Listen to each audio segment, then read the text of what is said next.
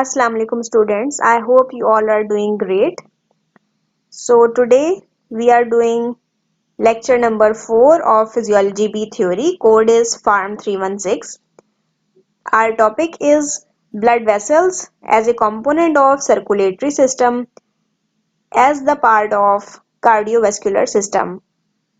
So in the previous lecture I already have told you that in the circulatory system, the components are number 1 blood, number 2 blood vessel, number 3 a pumping organ which is heart. So we are already हम लोगों ने जो है blood कर लिया है. So today we are doing blood vessels. As you already know that circulatory system is a transportation system, but every transportation system is not a circulatory system, and you should know the reason that it contains circuit and it also contains closed circuit, which means it contains blood vessels. Just like the plant's transportive system is not a circulatory system. तो आज हम blood vessels कर रहे हैं.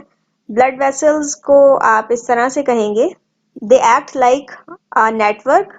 एक road की तरह से ये जो है पोर्ट्रे करता है, मतलब काम करता है एक तरह से रोड की तरह. जिस तरह से रोड पे जो है आप ट्रेवल करके कहीं जाते हैं, similarly the blood goes to its destination by the help of blood vessel. तो ब्लड वेसल एक तरह से रोड की तरह काम करती हैं जो कि पहुंचाती हैं ब्लड को उसकी साइट पे और डेस्टिनेशन जहां उसे जाना होता है. ये बात याद रख लीजिएगा कि ये जो है हमेशा ट्यूब्यूल की फॉर्म में होती है. ये एक ट्यूब्यूलर ऑर्गन है, तो इसको हम इसे कहते हैं ट्यूब्यूलर ऑर्गन, टर्मिनोलॉजी जो इस्तेमाल हो रही है.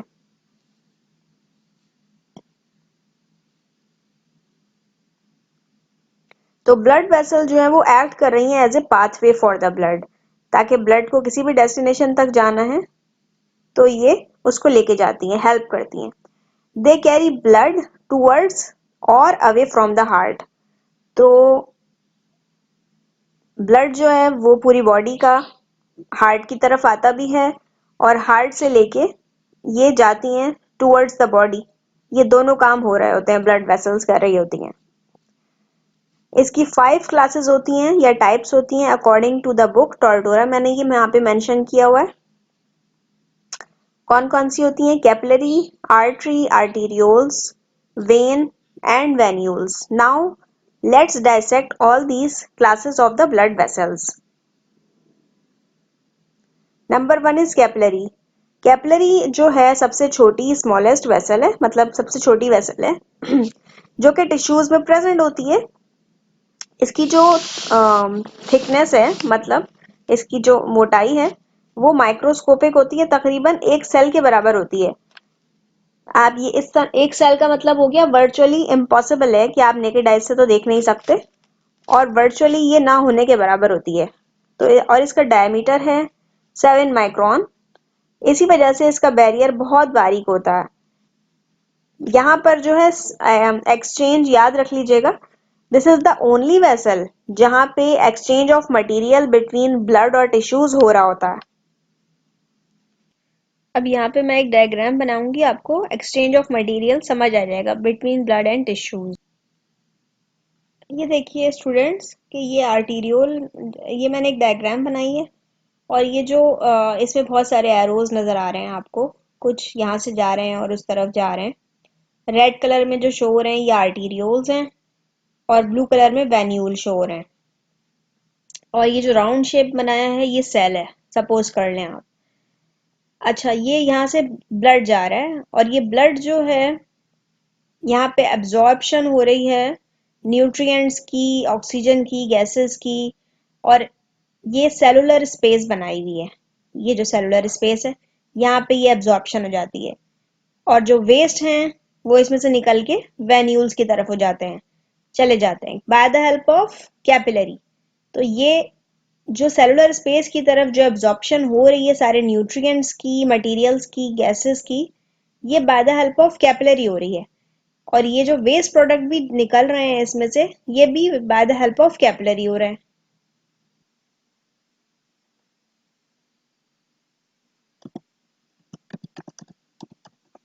तो यहाँ पे ये लिख देते हैं आर्टीरियोल्स हैं ये, और ये जो हैं ये वेन्यूल्स हैं।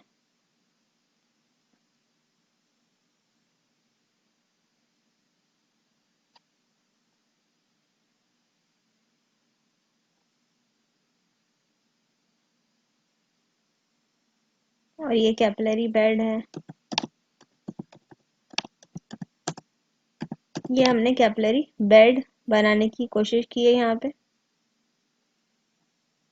तो कैपिलरी बेड जो है वो नेटवर्क ऑफ कैपिलरीज है टिश्यू में, और ब्लड और टिश्यू के दरमियान यहीं पर ही जो है वो एक्सचेंज ऑफ मटेरियल हो रहा होता है। माइक्रो सर्कुलेशन भी यहीं पे होती है। Flow of blood from arteriole to venule through the capillary bed. तो ये हमने जो डायग्राम, तो जो अभी आपको डायग्राम दिखाई थी वो माइक्रो सर्कुलेशन की थी। तो ऑक्सीजन एंड न्यूट्रिएंट क्रॉस करते हैं सेल को, कार्बन डाइऑक्साइड और metabolic waste product crosses into the blood. तो सेल्स की तरफ एब्जॉर्प्शन हो जाती है न्यूट्रिएंट्स और ऑक्सीजन की, और वेस्ट प्रोडक्ट जो है वापस इसी capillary bed of the capillary bed के थ्रू जो है ब्लड में आ जाते हैं, जैसे कि यहाँ पे माइक्रो सर्कुलेशन ये दिखाई गई है। अब हम बात करते हैं आर्टरी और वेन में। तो जब आर्टरी और वेन को आप जब भी पढ़िए तो इसको हमेशा कंपैरिजन में पढ़ेंगे तो याद रहेगा। तो नंबर 1 पॉइंट ये है, हमने कैपिलरी पढ़ लिया, आप आर्टरी और वेन के बारे में पढ़ रहे हैं। आर्टरी है type of blood vessel which carry blood away from the heart. मतलब ये जो है ब्लड को दूर लेके जाती है, हार्ट से ब्लड दूर लेके जाती है, कहाँ, बॉडी की तरफ, और बॉडी में सप्लाई होता है सारा ब्लड। और वेन क्या है, type of blood vessel which carry blood towards the heart. तो हार्ट से, सॉरी, बॉडी से जितना भी ब्लड आ रहा है हार्ट की तरफ, राइट एट्रियम में आता है, ये डीऑक्सीजनेटेड ब्लड होता है, तो ये वेन्स के थ्रू आता है सारा। सेकंड पॉइंट है all arteries carry oxygenated blood accept pulmonary artery. तो ये आपने जो सुनी है ये बात बिल्कुल सही है कि ऑक्सीजनेटेड ब्लड होता है सब आर्टरी में सिवाय पल्मोनरी आर्टरी के। तो ये जो है राइट वेंट्रिकल से जो लंग्स में लेके जा रही है एक आर्टरी, मतलब हार्ट से लंग्स में जा रही है एक आर्टरी, और वो क्यों जा रही है, ऑक्सीजन के लिए, ताकि ब्लड को ऑक्सीजनेटेड करने के लिए। वो कौन सी आर्टरी है, पल्मोनरी आर्टरी। अब जब ब्लड ऑक्सीजनेटेड हो जाता है तो ये लेफ्ट एट्रियम में जो ब्लड आता है, जो ऑक्सीजनेटेड ब्लड आता है, वो किसके थ्रू आता है, वो वेन के थ्रू आता है। तो याद रखिएगा हार्ट की तरफ जो ब्लड आता है वो वेन के थ्रू ही आता है, और वो कौन सा है यहाँ पे, जब ऑक्सीजनेटेड ब्लड आएगा हार्ट की तरफ लंग्स से, वो है पल्मोनरी वेन। लंग्स को जो लेके जाएगी आर्टरी लंग्स की तरफ, वो होगी पल्मोनरी आर्टरी, और उसमें डीऑक्सीजनेटेड ब्लड होगा। तो आपने इस तरह याद रखना है। They are highly elastic and pulsatile.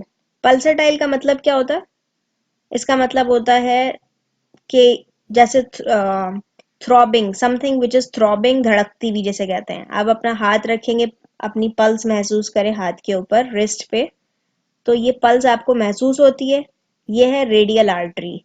तो ये आर्टरी हमेशा पल्सटाइल होती है और पल्स महसूस होती है इस पे। इसके बरक्स अपने हाथ उल्टा करके देखें, आपको ब्लू अगर वेसल्स नजर आ रही हैं बहुत स्लाइड सी, तो ये वेन्स हैं, और इन पे हाथ रखेंगे आप महसूस करेंगे तो कोई पल्सेशन महसूस नहीं होगी। तो हाईली इलास्टिक किस तरह है, वो ऐसे है कि जिस तरह से हर हार्ट बीट के ऊपर हार्ट जो है वो पंप करता है ब्लड तकरीबन 70 ml आर्टरी की तरफ क्रश करता है, मतलब फ्लो करके बहुत ज्यादा फास्ट आ रहा होता है। तो ब्लड जो है वो इतना क्रश होके आर्टरीज की तरफ जो आ रहा होता है 70 ml हर हार्ट बीट पे, तो उसके लिए जब इतना ज्यादा वॉल्यूम आता है उस हिसाब से आर्टरी जो है अपने आप को एक्सपेंड करती है, और जब ब्लड चला जाता है तो फिर वो रिलैक्स हो जाती है। तो ये क्योंकि रेगुलरली हो रहा होता है हर हार्ट बीट पे, इसी वजह से एक्सपेंशन और रिलैक्सेशन हो रही होती है आर्टरी की। इसी वजह से आर्टरी इलास्टिक है और पल्सटाइल भी है। मतलब ये आर्टरी की नेचर में है कि वो इलास्टिसिटी है इसके अंदर और पल्सटाइल है, जबकि इसके बरक्स वेन्स जो हैं वो पल्सटाइल भी नहीं है। जैसे मैंने आपको बताया, हाथ पे आप महसूस करेंगे तो पल्सेशन नहीं होगी, और इसी तरह से इलास्टिक भी नहीं है, क्योंकि हार्ट जो है वो पंप आर्टरी के थ्रू कर रहा है, वेन के थ्रू नहीं कर रहा है। वेन जो है वो तो लेके आ रही है हार्ट में। नेक्स्ट लेक्चर में जब हम हार्ट करेंगे तो आपको और ज़्यादा क्लियर हो जाएगा इंशाल्लाह। अच्छा, आर्टरीज जो हैं दे आर डीपली सीटेड, मतलब ये बहुत गहराई में बॉडी के अंदर प्रेजेंट होती हैं, जबकि वेन्स जो हैं वो सुपरफिशियली प्रेजेंट होती हैं। इसी वजह से जब इंजेक्शन वगैरह लगाया जाता है और ब्लड निकाला जाता है वेन्स में से, तो बहुत आसानी से हम वेन को ढूंढ लेते हैं बॉडी के ऊपर, जबकि आर्टरी जो है वो इतना आसान नहीं है। इसकी एक एग्जाम्पशन मैंने आपको रेडियल आर्टरी बताई है, तो ये तो है, लेकिन यूजुअली ज्यादातर आर्टरीज जो हैं वो बहुत गहराई में डीपली सीटेड, मतलब बॉडी में प्रेजेंट है। अच्छा, आर्टरी जो हैं दे आर थिक वॉल्ड और इसका नैरो ल्यूमेन होता है, और वेन्स जो हैं ये थिन वॉल्ड होती हैं, इनका ल्यूमेन ब्रॉड होता है। ये मैं आपको पिक्टोरियल प्रेजेंटेशन के थ्रू दिखाती हूँ। अब जैसे कि आप देख रहे हैं कि ये आर्टरी है, और आर्टरी जो है ये थिक वॉल है, और इसका ल्यूमेन जो इसका होल है इसको ल्यूमेन बोलते हैं, ये कितना स्मॉल है। और वेन में देखें कंपैरेटिवली, एक तो ये थिन वॉल्ड है, और इसका जो ल्यूमेन है ये कितना बड़ा है, कितना लार्ज है। अच्छा, बॉयल्स लॉ क्या कहता है, आप सबको पता है, पढ़ चुके हैं। प्रेशर जो है वो इनवर्सली प्रोपोर्शनल है वॉल्यूम के। तो यहाँ पे जो है ल्यूमेन छोटा होने की वजह से वॉल्यूम भी कम आएगा, जाहिर सी बात है। तो वॉल्यूम मैं इसका लिख देती हूँ, ये कम है। मतलब ये मैंने एरो डाउनवर्ड की तरफ बनाया है, तो यहाँ पे वॉल्यूम कम है, यहाँ पे वॉल्यूम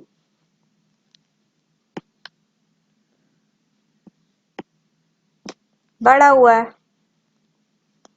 तो बॉयल्स लॉ कहता है कि प्रेशर जो है वो इनवर्सली प्रोपोर्शनल है वॉल्यूम के। तो यहाँ पे वॉल्यूम कम है, तो इसका मतलब है प्रेशर क्या होगा, ज्यादा।